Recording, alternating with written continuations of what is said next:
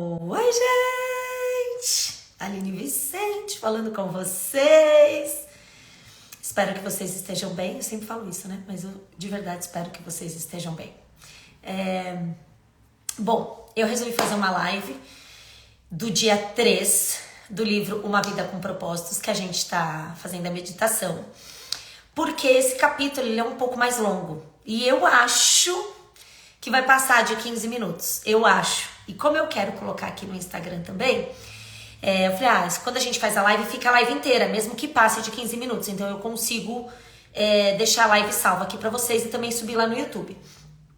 Então vamos lá. Não vamos enrolar, vamos direto ao ponto, vamos começar a live. Você leu o terceiro dia? Se você ainda não leu, leia antes de assistir esse vídeo. Ou você pode ir lendo junto comigo, né? Vai pausando, vai assistindo, ou depois você assiste novamente o vídeo e vai pausando. Perdi o dia 1 e o dia 2. Tem no canal? Tem, está lá no canal do YouTube. Inclusive, deixa eu falar uma coisa antes pra vocês. No meu canal de transmissão, tem um canal que é tipo um Telegram aqui no Instagram. Não sei se você sabe. Você clica, você vai lá no meu perfil, não agora. Você vai lá no meu perfil. E aí você vai estar lá assim, canal, né? Aline Vicente, canal. Você clica lá e entra nesse canal. Vai aparecer no seu direct, nas suas mensagens, tudo que eu postar. Então, lá eu já coloquei os 2 links dos 2 primeiros vídeos que estão no YouTube. Eu postei o segundo dia aqui no Instagram, mas o vídeo não está completo. Ele só tem 15 minutos. Mas, na verdade, o vídeo tem 18 minutos e alguma coisa. Os últimos 3 minutos finais eu não consegui colocar aqui. Então, você precisa ir lá no YouTube para assistir. Eu prefiro assistir pelo YouTube. Porque no YouTube você pode avançar, voltar, enfim, colocar mais rápido, você pode pausar, e aí fica lá do tempo que você parou, você volta a assistir do mesmo lugar, porque às vezes a gente não consegue assistir tudo na mesma hora. Eu, pelo menos, eu vejo que as meninas me chamam, eu tenho que pausar, volto. Quando eu não paro, né, quando eu estou arrumando a casa, eu estou fazendo alguma coisa, eu vou escutando. Mas, eu sei que aqui também pelo Instagram, a gente põe aqui, né, deixa assim e vai ouvindo. Mas enfim, gente, vamos lá. Vamos focar. Eu nem tava esperando, assim, pessoas aqui, nem que vocês consigam acompanhar até o fim, tá? Mas o motivo de eu ter feito a live foi para que aqui no Instagram fique o vídeo inteiro. Para que o vídeo fique todo. Que não fique cortado e depois eu subo lá no YouTube também, ok? O dia 3, eu particularmente amei esse capítulo. Eu achei muito legal. Não lembrava dele. Aliás, eu não lembro de quase nada, eu lembro de algumas coisas aqui do livro. Mas esse capítulo eu não lembrava nada, assim. Ele chama O que dirige a sua vida. Pensa num capítulo legal. Pensa num tema muito importante. E eu vou ler aqui com vocês, vou meditar aqui com vocês. Então ele coloca aqui, logo no começo, o versículo que está em Eclesiastes 4, versículo 4, que diz assim: percebi o que faz os homens correrem atrás do sucesso. É a inveja. Forte, né? Eu amo Eclesiastes. O livro de Eclesiastes é só tapa na cara. Mas é maravilhoso. E depois ele coloca aqui a frase de uma pessoa que diz assim: o homem sem propósito é como um barco sem leme, um vira-lata, um nada, um ninguém. Então ele começa aqui o livro, o dia 3. A vida de todo indivíduo é dirigida por algo. Gente, isso é muito verdadeiro. A nossa vida sempre está sendo dirigida por alguma coisa. Nós sempre estamos buscando alguma coisa. Nós temos um propósito. Talvez não o propósito que Deus tem para nossa vida, mas a gente sempre está sendo dirigido por alguma coisa. Alguma coisa está nos guiando para o bem ou para o mal. Que aí é o que ele traz aqui. Ele traz 5 coisas que podem nos guiar, que não são boas, e 5 coisas que deveriam nos guiar, né? Quando a gente tem um propósito, o que acontece? Então ele escreve assim, ó: nesse exato momento é possível que o problema, uma urgência, o fim de um prazo determinado estejam dirigindo você. É possível que uma lembrança dolorosa, um temor ou uma crença inconsciente também o estejam dirigindo. Centenas de circunstâncias, valores e emoções podem dirigir a sua vida. E aí ele põe assim: eis aqui os 5 motivos, né, mais comuns. Então, quais são as 5 coisas que normalmente dirigem a nossa vida? Achei sensacional. E agora a gente vai falar um pouquinho sobre cada uma delas, tá? Então, ele fala aqui, antes, né, dele começar a falar, ele fala muito do nosso passado, né? Como o nosso passado afeta a nossa vida, o nosso futuro. E eu gosto muito de uma frase que eu li no Instagram do Ismael Sobrinho, do Dr. Ismael Sobrinho, que ele diz assim: a pessoa, né, que tá presa a padrões, a coisas que já passaram, ele fala assim, ela tem um grande passado pela frente.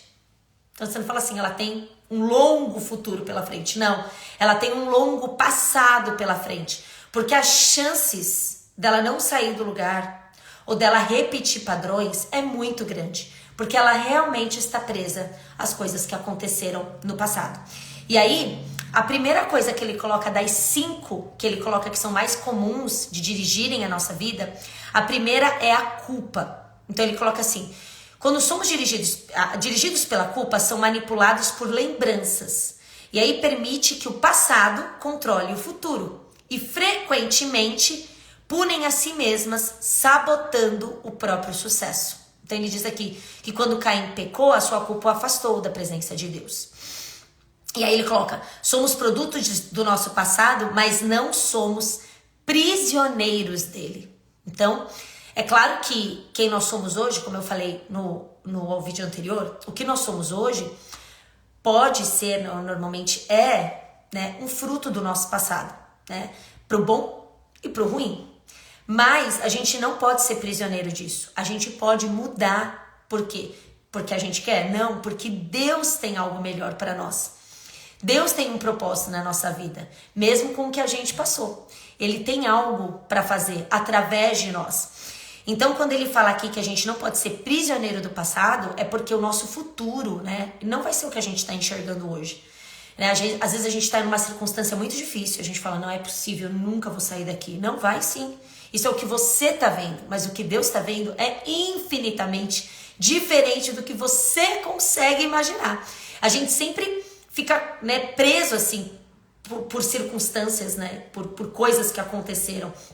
Quando ele falou aqui de preso por culpa, gente, eu lembrei, muitas de nós não temos a consciência, não temos mesmo a consciência de quando a gente sente culpa, como isso nos controla. Então, vou dar um exemplo para vocês, na maternidade mesmo. A gente sente tanta culpa na maternidade que a gente muitas vezes não consegue cuidar ou corrigir os nossos filhos como deveríamos. A gente não consegue. Por quê? Porque a gente sente culpa depois.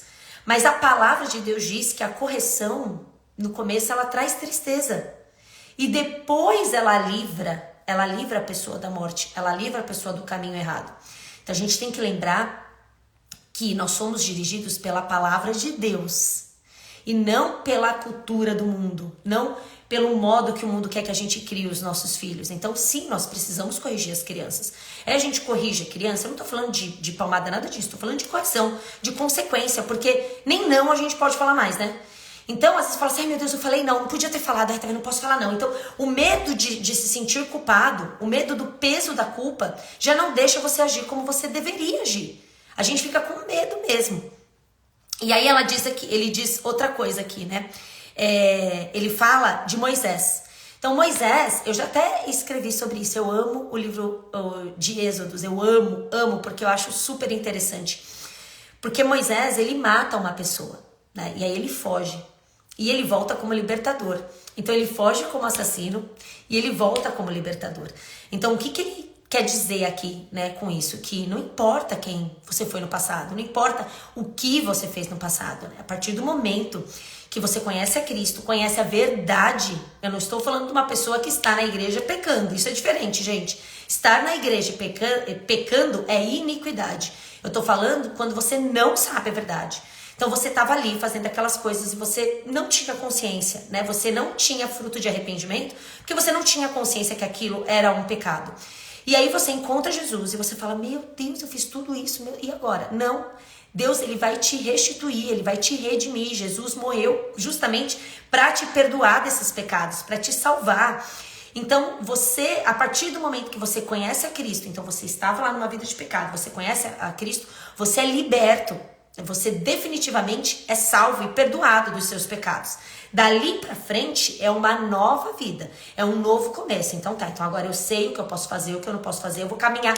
Eu não tô usando posso fazer ou não posso fazer, eu não gosto muito de falar assim, tá, gente? Porque eu não acho que a gente vive com regras de conduta. A gente vive o evangelho, não regras de conduta.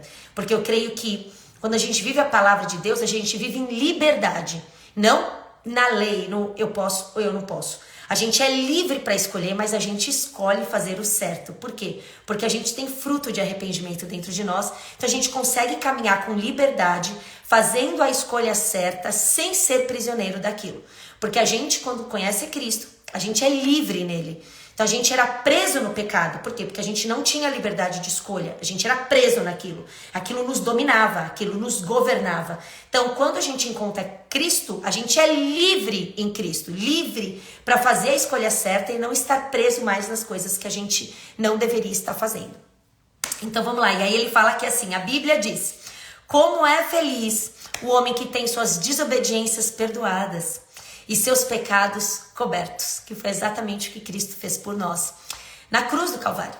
E aí, esse primeiro é a culpa, né? Então, você hoje pode estar sendo dirigida por uma culpa. Eu dei o exemplo da maternidade, mas pode ser um monte de outras coisas, né? Você pode hoje, tomando decisões ou vivendo por conta da culpa que você tem carregado, ou por conta de se sentir culpada, né? Com medo de se sentir culpada por conta das suas atitudes. Então você está vivendo de uma maneira errada, paralisada e travada.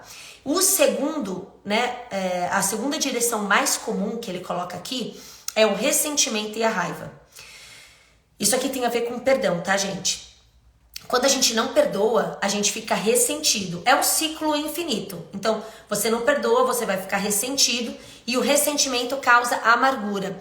Eu já falei sobre isso algumas vezes aqui no Instagram, em algumas lives. O ressentimento, ele causa amargura. A amargura, ela cria uma raiz dentro de nós. E a raiz de amargura, ela nos traz insatisfação.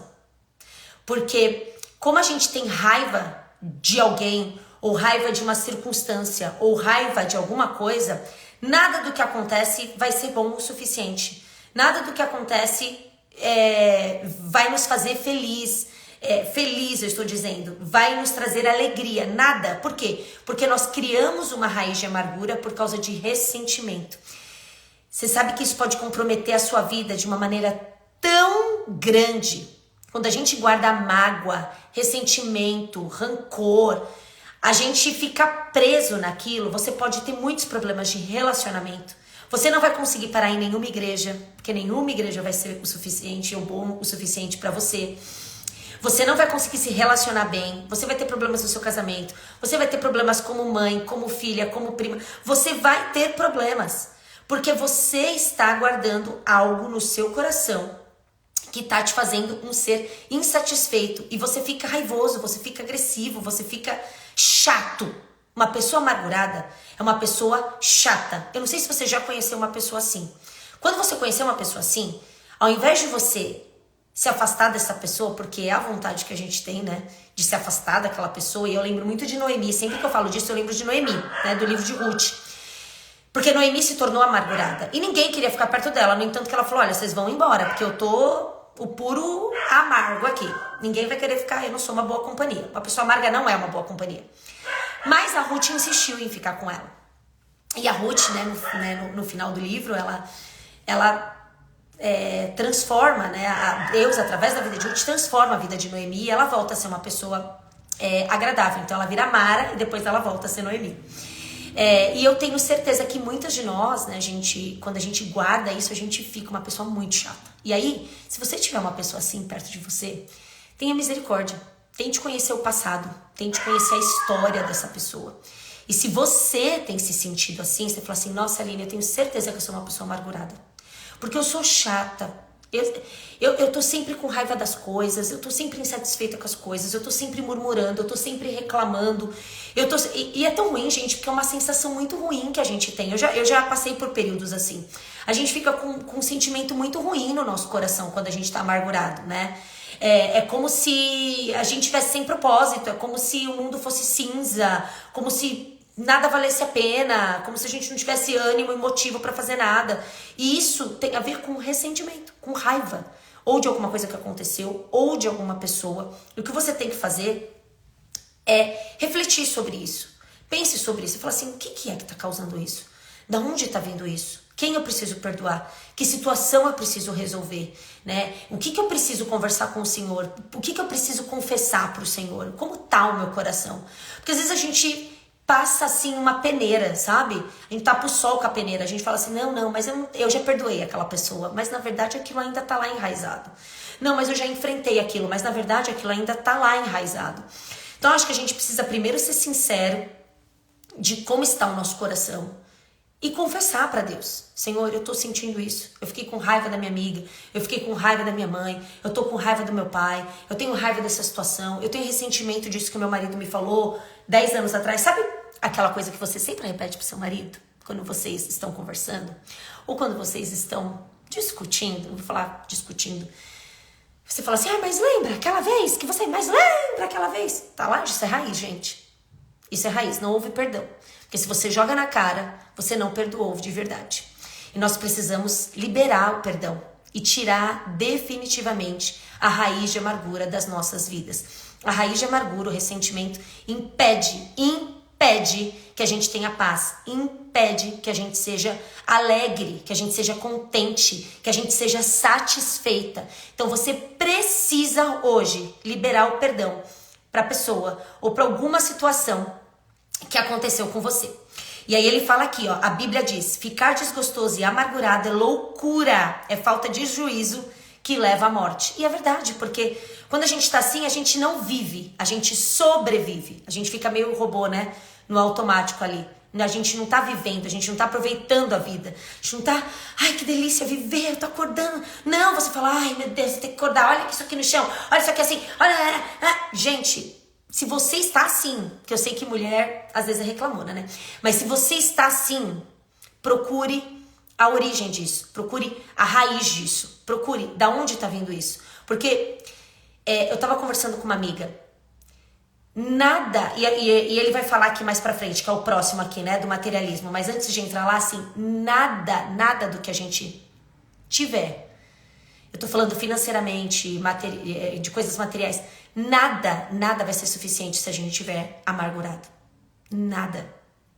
Pode ser temporário, mas não vai resolver o problema. Porque o que tá lá, a amargura que tá ali, não é com isso que vai resolver. Não é isso que vai tirar. É relacionamento com Cristo. É perdão verdadeiro e olhar pra frente. Esquecer o passado. E caminhar olhando pra frente. Eu marquei mais duas coisas. Não, agora é dirigidos pelo medo. Então, a gente viu aqui dirigido pelo ressentimento e raiva, agora é dirigido pelo medo. Bom, o medo, ele nos paralisa, né? Então, se eu tenho medo das coisas, se eu tenho medo de arriscar, se eu tenho medo do que vai acontecer, eu não faço nada. Então, eu sei que tem muitas pessoas que fazem planos, mas aí se acontecer isso, acontecer aquilo, se acontecer aquilo, medo, cortei. Mas eu preciso muito fazer isso, mas pode acontecer isso, medo, cortei. E ele fala aqui uma coisa que é muito verdade. O medo é o encarceramento voluntário que impedirá você de se tornar no que Deus tem para você. Você deve agir contra isso com as armas da fé e do amor. E a Bíblia diz, no amor não há espaço para o medo. O amor amadurecido expulsa o medo, considerando que o medo causa uma vida vacilante e cheia de temores. Medo da morte, medo do julgamento. Podemos dizer que quem tem medo não está completamente aperfeiçoado no amor. Eu acho que essas 5 coisas que ele colocou, elas quase que se complementam. Porque se a gente tem medo, a gente não confia no Senhor. Se eu tenho medo, eu não confio no Senhor. E normalmente, o medo gera ansiedade. Porque quando a gente tem medo, a gente começa a pensar nas coisas que podem acontecer de ruim. E quando os nossos pensamentos vão para esse lado, pode acontecer isso, nos causa ansiedade. Então, eu vou dar um exemplo. Se eu estou com um problema financeiro, eu começo a pensar na minha cabeça tudo que vai acontecer e aquilo começa a me dar ansiedade. Se a minha vida está sendo dirigida pelo medo, então eu não estou confiando naquele que é o meu Deus, naquele que eu deveria confiar. Deus diz, né, em Lucas, em Mateus também está, que nós não devemos nos preocupar com a roupa que vamos vestir e nem com o que vamos comer. Porque os pássaros se alimentam e as flores do campo também se vestem formosamente. Não é isso que Deus fala? Jesus pregou no Sermão do Monte. Então por que a gente vai se preocupar? Por que a gente vai ficar ansioso se a gente sabe que Deus cuida de nós? Por que a gente vai ter medo? É claro que a gente tem que ser prudente. Prudência é diferente de ter medo. Prudência é você analisar uma situação de risco e não ir porque realmente é arriscado. Você não vai, né, pular de um lugar alto. Mas o medo, né, o medo de alguém falar alguma coisa, o medo, ai, mas e se isso aqui não der certo, mas e se... Então vamos lá, vamos analisar os riscos. Eu preciso ter medo disso? Eu confio no que Deus tem pra mim? Gente, eu mudei aqui pro Texas, pra vocês entenderem. Eu mudei aqui pro Texas, eu nunca tinha pisado aqui. Nunca tinha colocado os pés nesse lugar. E eu mudei pra cá. Em Weston, quando eu fui pra Flórida, mudei pra lá primeiro. 30 dias, depois eu já sabia como era e tal. Mas no Texas eu vim pra cá no escuro. Deus falou, vai pra lá, e eu vim pra cá. Totalmente no escuro. Achando, tipo, que eu ia viver uma coisa, eu tô vivendo outra completamente diferente. Mas isso é uma história pra um outro vídeo. Inclusive, seria bem legal se a gente pudesse falar sobre isso. Porque às vezes a gente acha que quando a gente obedece a Deus, tudo que acontece é bom. Tudo que vai acontecer depois daquilo é maravilhoso. Mas nem sempre é porque Deus, ele coloca a gente nos processos pra nos amadurecer. Então a gente não pode ter medo do que a gente vai viver e de nenhuma circunstância, porque senão a gente não vai ser aquilo que Deus quer que a gente seja. Próximo é dirigidos pelo materialismo, que daí é o que eu queria falar de acordo com a nossa insatisfação. Nós somos naturalmente pessoas insatisfeitas. Uma vez eu vi o pastor André Valadão, ele fez um comentário, achei muito pertinente. Ele falou assim, olha, se a gente ganha 2.000, a gente vai gastar 2.000. Se a gente ganha 5.000, a gente vai gastar 5.000. Se a gente ganha 10.000, a gente vai gastar 10.000. Se a gente ganha 50.000, a gente vai gastar 50.000. Então, assim, na verdade, nunca vai ser o suficiente. Nunca vai ser o tanto que a gente precisa. Nunca, nunca. Então, a gente precisa se contentar e agradecer pelo que a gente tem agora. Se a gente fica pensando que, eu só vou fazer quando eu tiver aquilo. Eu só vou ser assim quando eu tiver aquilo. Você está dizendo para Deus que o que Ele está fazendo na sua vida hoje é errado.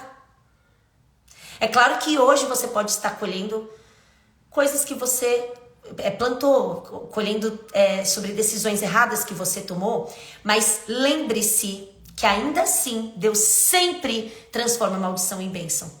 Então, não é castigo, não é nada disso, mas Deus sempre transforma a maldição em bênção. E mesmo na obediência, muitas vezes a gente pode passar por processos dolorosos. E aí ele fala aqui, ó, eu achei muito legal o que ele escreveu aqui, ó. O impulso de sempre querer mais, isso eu tô falando de coisa material. O impulso de sempre querer mais se baseia na concepção equivocada de que possuir mais me tornará mais feliz, mais importante e mais protegido.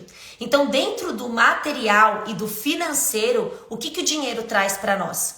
Quanto mais eu tenho, mais feliz eu sou. Aí eu posso viajar, aí eu posso comprar roupa, aí eu posso não sei o quê. Mas, gente, isso é muito temporário. Isso é muito temporário. Então, aí eu esqueci de falar com vocês. Eu comecei a falar, mas parei. Eu tava falando com uma amiga exatamente sobre isso, essa questão material. Às vezes a gente tá morando, sei lá, num lugar que a gente não gostaria, numa casa que a gente não gostaria, ou a gente vê pessoas morando em lugares melhores, ou a gente vê pessoas viajando mais, aparentando mais feliz, a gente fica, poxa vida, nossa, se eu pudesse viajar, eu ia ser mais feliz. Se eu pudesse morar numa casa assim, eu ia ser mais feliz. Se eu pudesse morar nos Estados Unidos, eu ia ser mais feliz. Mas, gente, isso não é uma verdade, porque a nossa felicidade, eu não gosto de usar a palavra felicidade, mas a nossa alegria, o nosso contentamento não está nisso.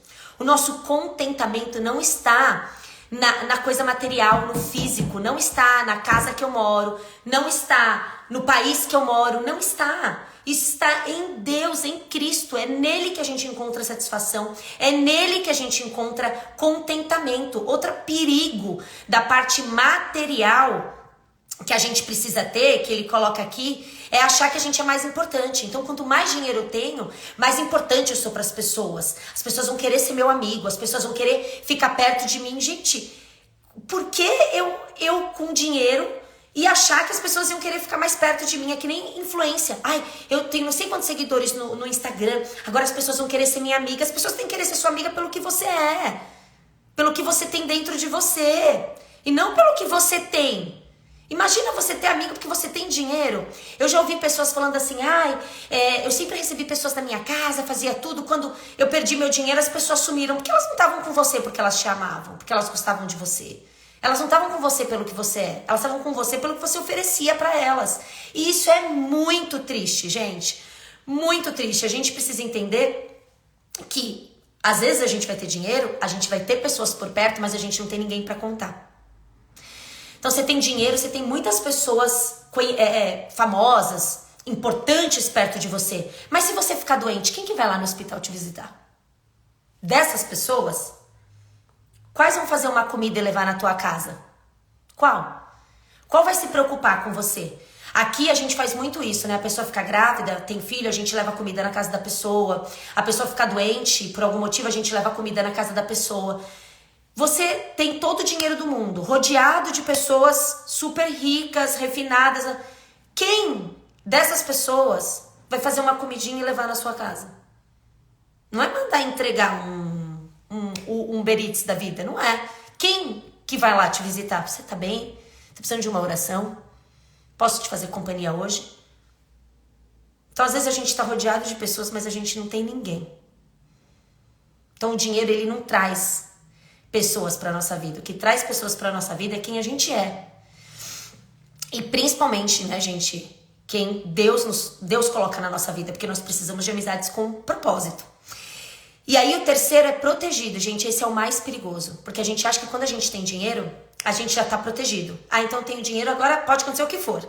Tenho dinheiro para pagar o hospital, se eu tenho dinheiro eu pago não sei quem, se eu tenho dinheiro agora nada me falta, se eu tenho dinheiro então eu tenho tudo. Tem muita gente que guarda, estoca, né, dinheiro. Eu tô falando estocar porque eu tô lembrando daquela passagem da Bíblia, daquele homem que fez um celeiro maior ainda para guardar mais, e aí Deus aparece para ele e fala assim, por que você tá guardando tudo isso? Você vai morrer hoje. Então eu sei que tem gente que gosta, né, ficar guardando só pra assim, ó, ai, como meu dinheiro tá lá, tô tranquilo. Ah, se tá lá eu tenho paz. Gente, não é dinheiro que traz paz, não é dinheiro que vai te trazer tranquilidade. É só em Deus. Porque dinheiro hoje a gente tem, amanhã a gente pode não ter nada. Nada. A nossa segurança não está no dinheiro. E nós não podemos servir a dois senhores. Quando a gente coloca a nossa confiança no dinheiro que a gente tem guardado, a gente está então servindo ao dinheiro, servindo a mamon. Isso é muito sério, muito sério. E tem muitas pessoas que vivem assim. Então, não, eu preciso trabalhar porque eu preciso fazer mais, porque eu preciso dar mais pra minha família, porque eu preciso fazer... E aí você tá ali, trabalhando pro dinheiro, fazendo de tudo pra ter mais dinheiro. Pra quê? Porque a nossa vida aqui, ela é muito passageira. Hoje a gente tá aqui, amanhã a gente não tá. Aí eu tô lá trabalhando, não, porque eu preciso da roupa mais nova. Eu preciso trabalhar porque eu preciso disso na minha casa, porque eu preciso disso no meu guarda-roupa. E a sua família? E o seu marido? E o seu filho? E as pessoas que precisam ouvir de você, precisam ser discipuladas, precisam ser amadas? Eu não tô falando que não é pra trabalhar, o que eu tô falando é que não é pra gente priorizar isso. Então, às vezes, tem pessoas que nem precisariam estar trabalhando tanto, mas estão ali, por quê? Porque quer ter mais, quer ter mais. Gente, pensa numa coisa que motiva as pessoas, é o dinheiro. Eu vejo aqui pela rede social. Quantas pessoas fazem propaganda de coisas absurdas só porque vão ganhar dinheiro? O dinheiro, ele corrompe. O poder corrompe. Então a gente precisa se atentar a isso. Porque não é isso que tem que estar no nosso coração.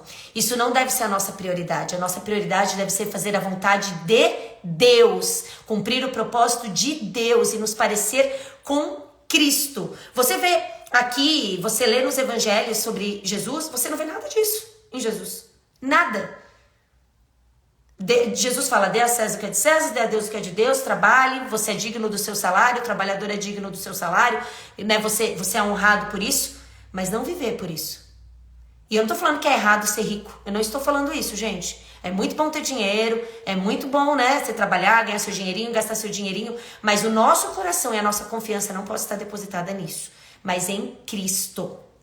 E dos três, né, do material aqui, da vida ser dirigida por isso, eu acho que essa questão da confiança é a pior. Porque quando você confia, você está tranquilo, está em paz, porque você tem dinheiro, então o seu coração já está entregue a outro Senhor.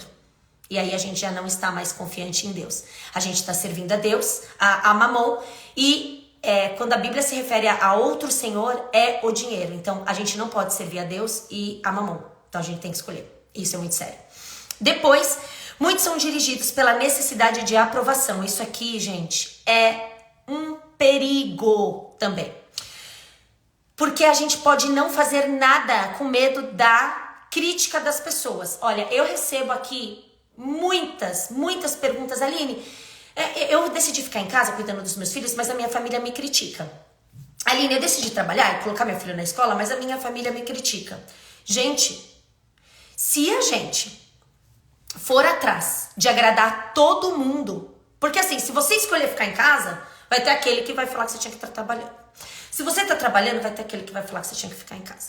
Se você tá grávida e você quer ter parto normal, vai ter aquele que vai falar que você é louca, que você tinha que ter cesárea. Se você tem cesárea, vai falar que você, nossa, que absurdo, que tem que fazer. Gente, pessoa pra julgar e opinar sobre as suas decisões não vão faltar. Pra qualquer lado.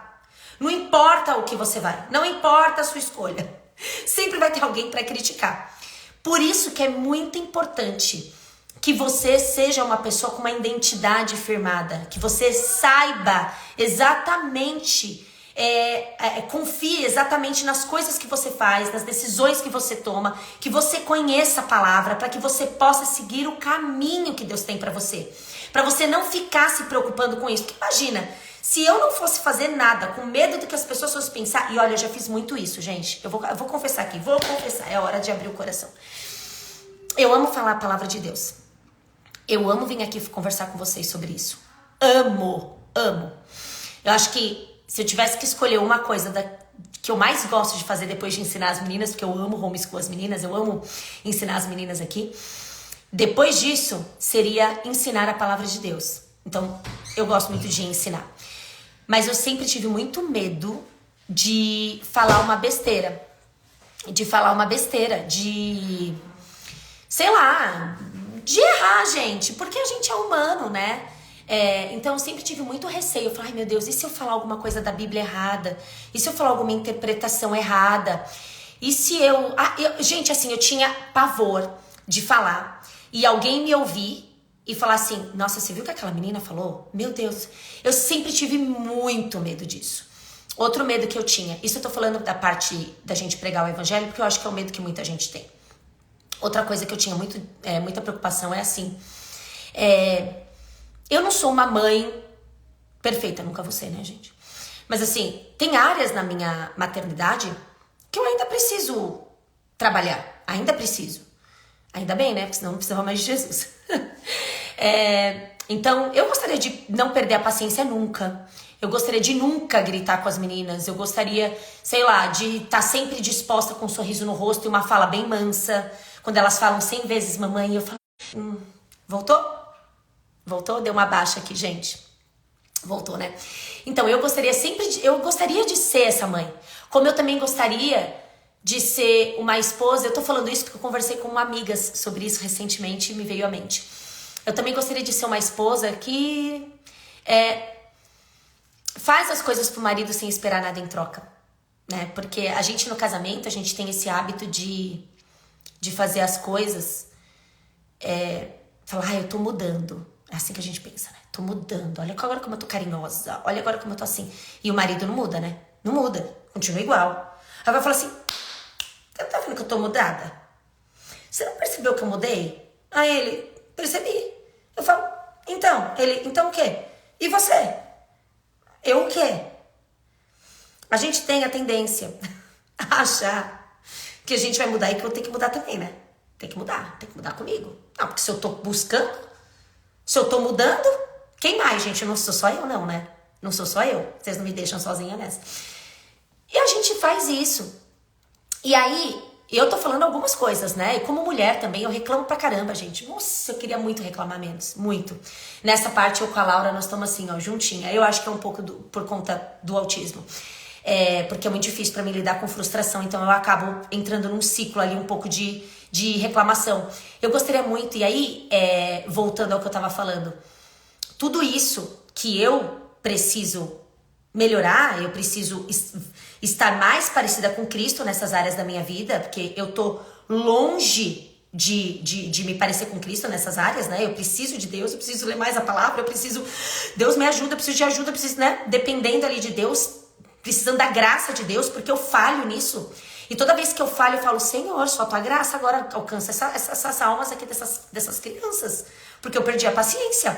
Acolhe meu marido, né? Porque eu sou uma esposa que fica cobrando o pobre homem, né? Me ajuda minha alma, me ajuda meu espírito, porque eu tô reclamando. Eu preciso de Deus. E tudo isso me tirava a paz, porque eu achava que eu tinha que estar completa nisso para poder pregar a palavra de Deus. Porque eu achava que eu precisava ter autoridade nisso, porque quando a gente fala assim, e a gente ouve muita pregação assim, você tem que pregar o que você tem autoridade. O que seria ter autoridade? Porque a autoridade não está no que eu falo, a autoridade está na palavra de Deus. Eu não sou perfeita, sou pecadora. Todos os pastores, em todos os púlpitos também são pecadores, todos.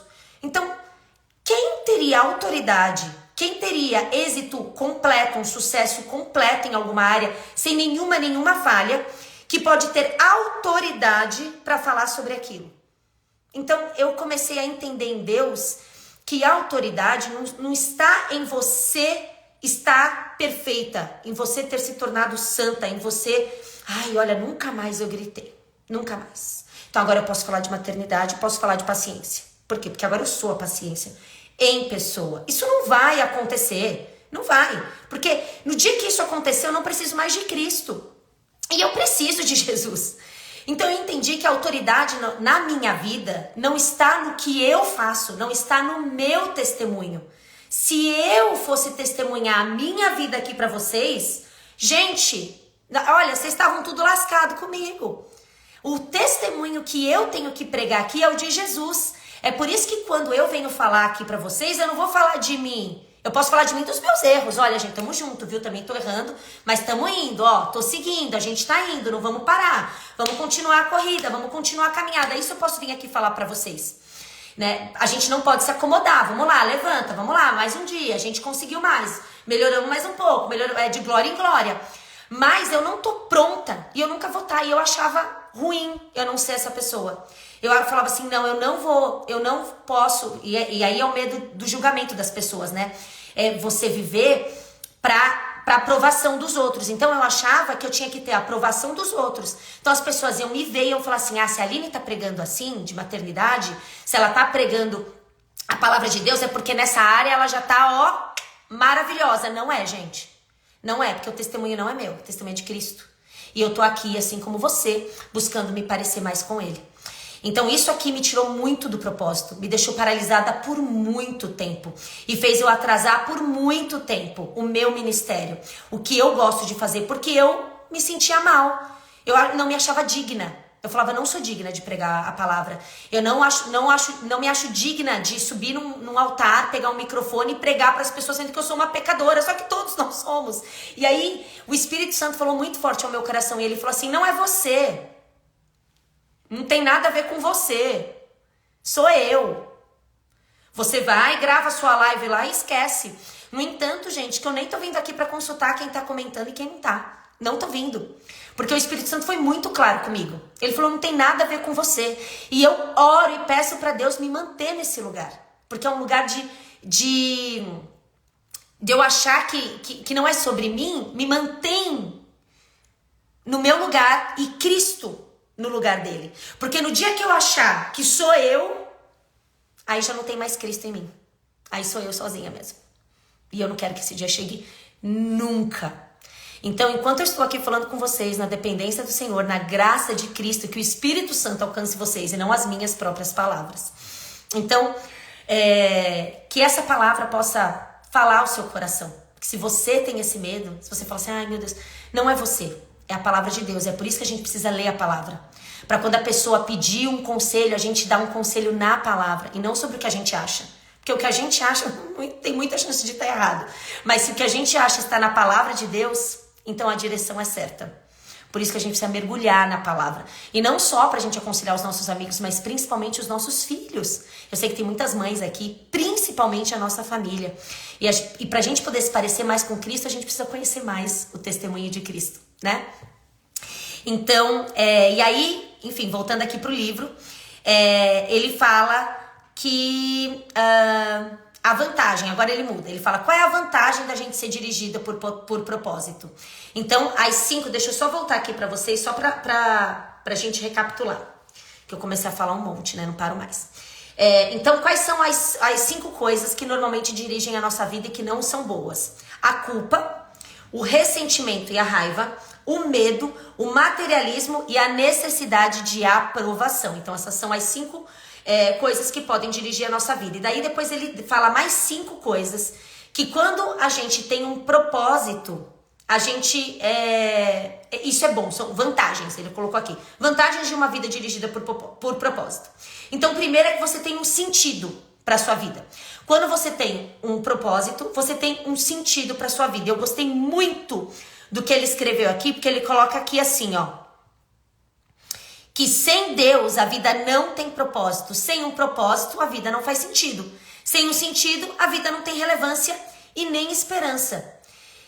E eu creio que a geração de hoje, ela é a geração mais sem propósito que existe. Ao mesmo tempo, a geração que mais precisa de Cristo.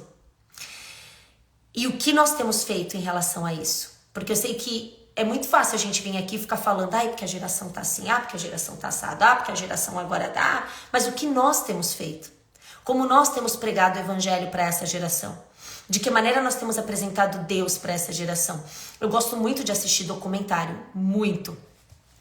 E eu vejo uns documentários assim, desses psicopatas, dessas pessoas loucas, como elas conseguem manipular as pessoas, né? E elas conseguem criar seitas e tudo mais, porque as pessoas elas estão tão vazias, as pessoas estão tão sem propósito, as pessoas estão tão sem sentido, as pessoas estão que elas estão buscando Deus, elas não sabem aonde encontrar Deus.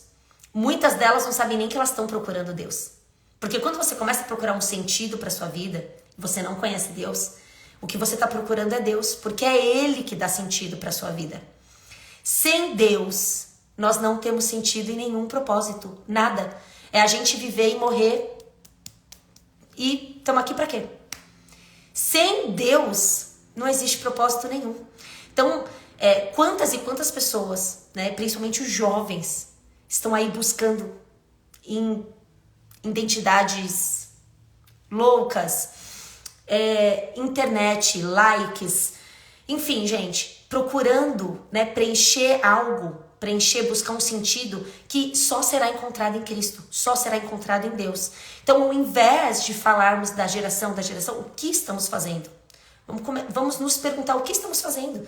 Porque eu falei acho que foi no vídeo passado, se Deus te pôs nessa época aqui, é pra você fazer algo agora. Agora, não é pra você esperar, não. Deus quer que você faça algo pra essa geração que tá vindo e pra nossa geração. A gente precisa mudar, ainda tem esperança. Enquanto a gente crê em Deus, a esperança não acaba, a nossa esperança é Cristo. E se Cristo está do nosso lado, então nós temos tudo, nós já somos vitoriosos, mas nós precisamos fazer algo a respeito. E aí, ele fala aqui que a maior de todas as tragédias não é a morte, mas a falta de propósito na vida. E eu penso que uma pessoa que vive sem propósito, ela não vive, né, gente? Não é uma vida. Porque o que eu vou fazer? Vou ganhar dinheiro, gastar e morrer? Gente, é muito vazio. Quando a gente lê o evangelho, tem tanta coisa pra gente fazer, tanta coisa, e as pessoas fazem tão pouco. A gente tem muito pra fazer. E hoje mesmo eu li uma passagem em que Jesus se compadece de uma multidão e ele atende aquelas pessoas por muito, muito, muito, muito tempo. E aí os discípulos falam pra ele, Jesus, o senhor tá cansado, né? Não quer descansar? E ele fala assim, a seara é grande, mas faltam os trabalhadores. Nossa, e aquilo me tocou porque eu acho que É claro que se a gente for voltar, a gente vai vendo que isso de tempo em tempo acontece, mas é tão nítido que a gente está vivendo isso. Tem muita gente com sede de Deus, querendo Deus, mas não tem ninguém no campo. As pessoas não estão no campo. As pessoas estão amedrontadas, as pessoas estão paralisadas, as pessoas estão preocupadas com elas mesmas. As pessoas estão querendo que Jesus alcance elas, enquanto Jesus quer que você alcance o próximo. Eu acho que essa é a mensagem central que eu queria passar aqui para vocês. Muitos de nós estamos centrados em nós mesmos, esperando que Deus faça algo por nós, enquanto Deus quer que a gente faça algo pelo próximo. Acho que está na hora da gente parar de olhar para nós e começarmos a olhar para fora. Você pode buscar conhecimento e você deve buscar o conhecimento da palavra, mas não só para você, principalmente para o outro, principalmente para impactar o outro. Então essas palavras, essas pregações hoje muito centradas em nós, elas fazem isso com a gente fica esperando Deus fazer algo por nós. A hora que Deus vai me abençoar, a hora que Deus vai me dar vitória, a hora que Deus vai me tirar dessa situação, a hora que Deus vai fazer não sei o quê. Jesus ouviu que João Batista tinha morrido e ele quis se retirar para chorar. Ele estava em luto, o primo dele tinha morrido. O primo que ele tinha conhecido no ventre, Isabel e Maria, se conheceram, e os dois se mexeram no ventre. Eles cresceram juntos. O primo dele é decapitado. Jesus sente uma tristeza profunda e ele quer sair da multidão para chorar.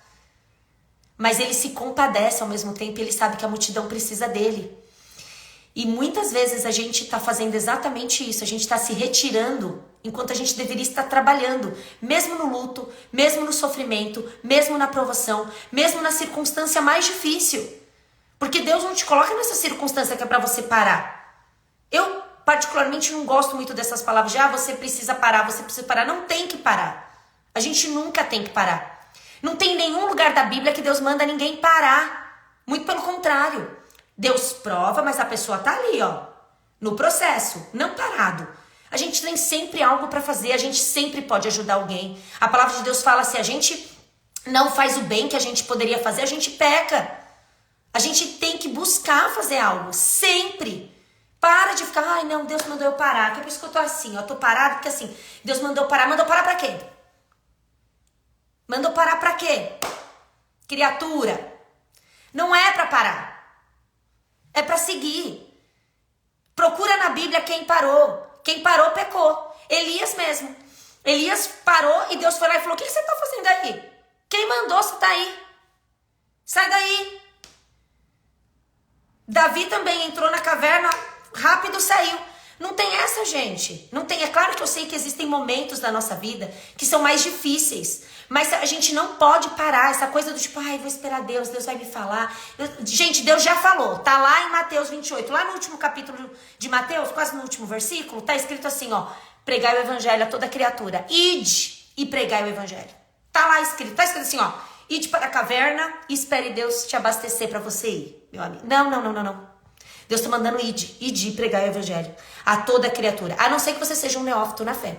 A não ser que você tenha acabado de se converter. Aí eu concordo. Você precisa se alimentar, se preparar, ser discipulado, entender o evangelho. E ainda assim não significa que você não pode fazer nada, viu? Porque tem muita coisa para fazer. Porque trabalho é o que não falta na igreja.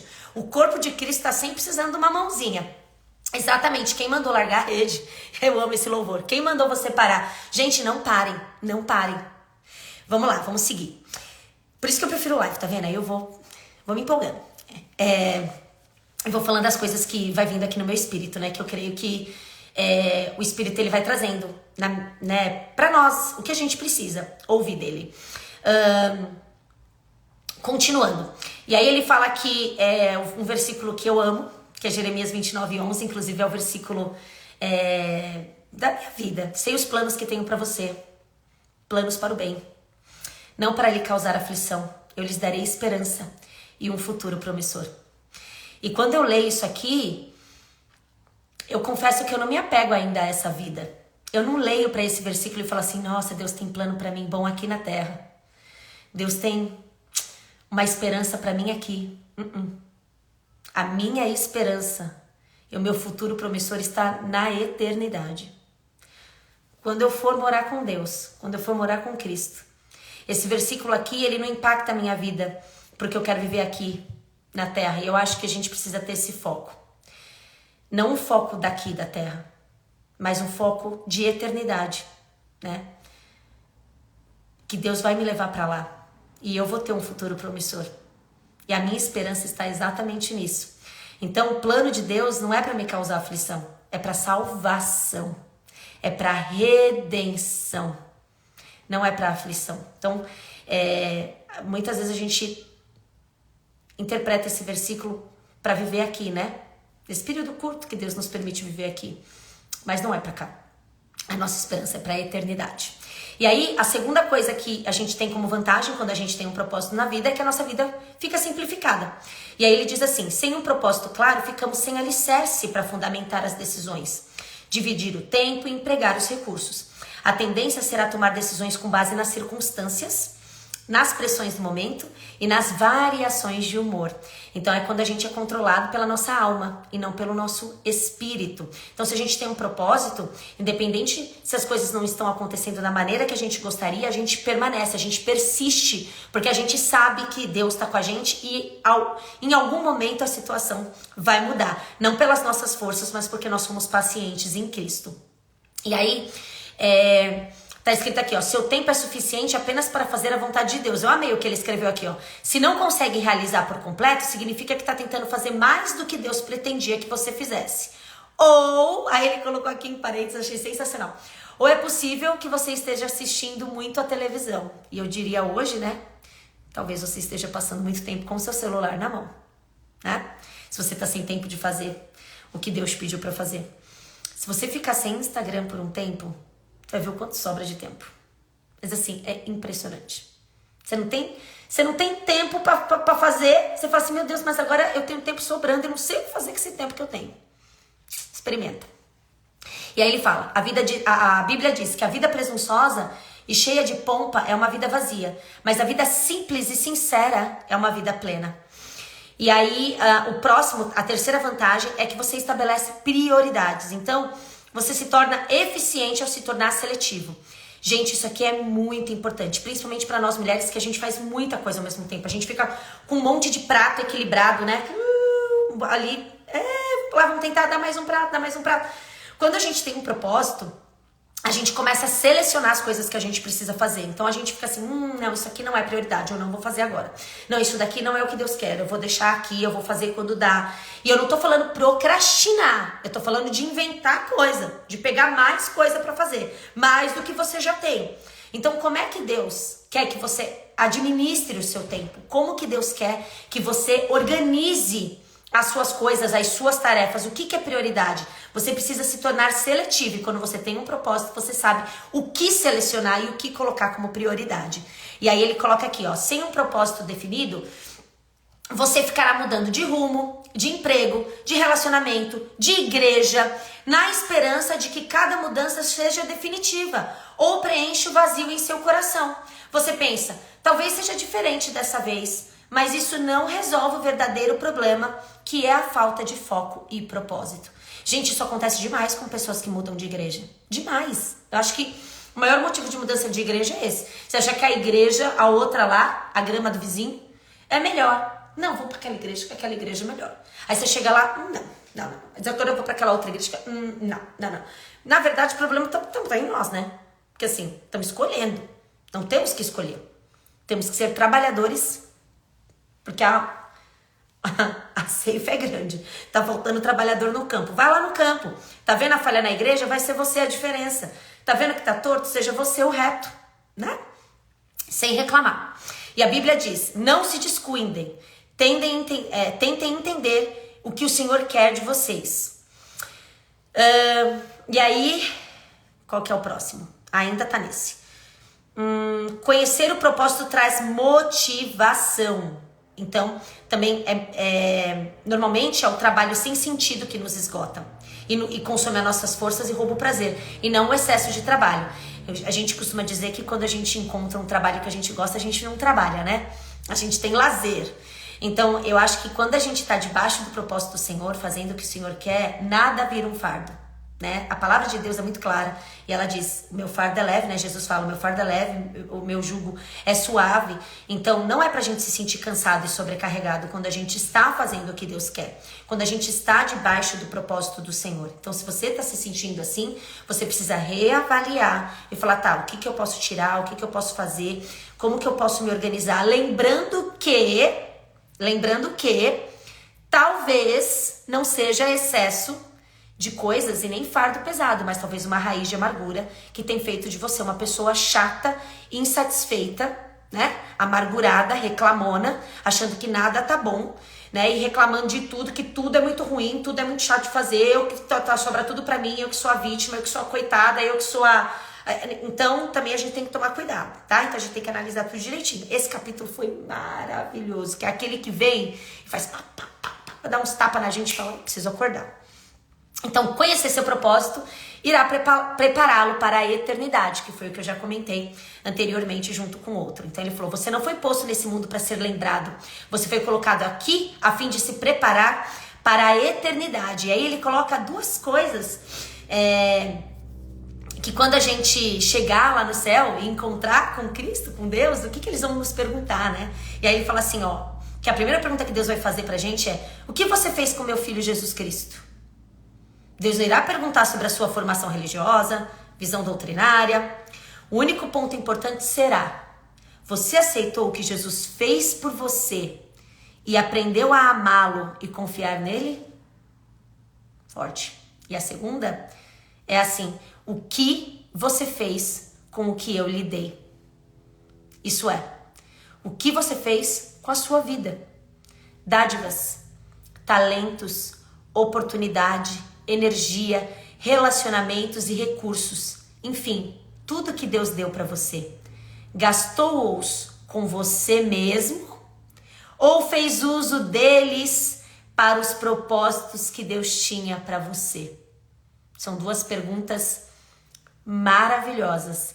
E o autor diz aqui, nos promete que no final do livro a gente vai ser capaz de responder essas duas perguntas. Nós seremos capazes de dizer que sim, a gente ama Jesus e confia nele e que a gente está fazendo o uso correto do que Deus tem nos entregado. Inclusive hoje, né, é um dia, você está vivo, então você tem que cumprir um propósito para Deus.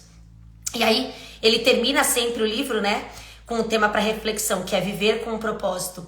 É o caminho para a paz. O versículo para memorizar que diz, tu, ó Senhor, dá paz e prosperidade às pessoas que têm uma fé firme, às pessoas que confiam em ti, que está em Isaías 26, 3. E a pergunta para meditar, que aí é outra além daquelas duas que estava ali. Essa aqui é para você escrever mesmo. Na verdade, escrever não, né? Essa aqui você vai perguntar para os outros. Quero ver se você tem coragem. Pergunta para meditar. Na opinião da minha família, vai perguntar pro teu marido. Na opinião da minha família e dos meus amigos, o que dirige a minha vida? E qual eu desejo que seja? O que eu desejo que seja a direção da minha vida? Mas o que as pessoas acham que dirige a minha vida? Pergunta aí. Pergunta pros seus amigos e pra sua família. Bom, nem sei quanto tempo a gente já tá aqui falando, já deve estar bastante tempo, né, gente? Que eu queria rapidinho fazer um comentário, mas tudo bem. Depois eu volto e eu falo outro dia com vocês sobre isso. Não é nada relevante, não. Mas, enfim, espero que vocês tenham gostado. Espero que o Espírito Santo tenha falado ao coração de vocês, trazido direção, que ele tenha trazido algum fruto de arrependimento, trazido uma vontade de mudança nele, dependência nele, vontade de buscar mais a Deus. Porque... se eu pudesse escolher, eu repito a pergunta. Se eu pudesse escolher algo para vocês, se vocês falassem, Aline, o que você gostaria, né, assim, dos seus seguidores ou das pessoas que te ouvem, o que você gostaria que elas fizessem? Se eu pudesse escolher uma coisa só, eu falaria, leia a palavra. Porque é realmente o que nos transforma.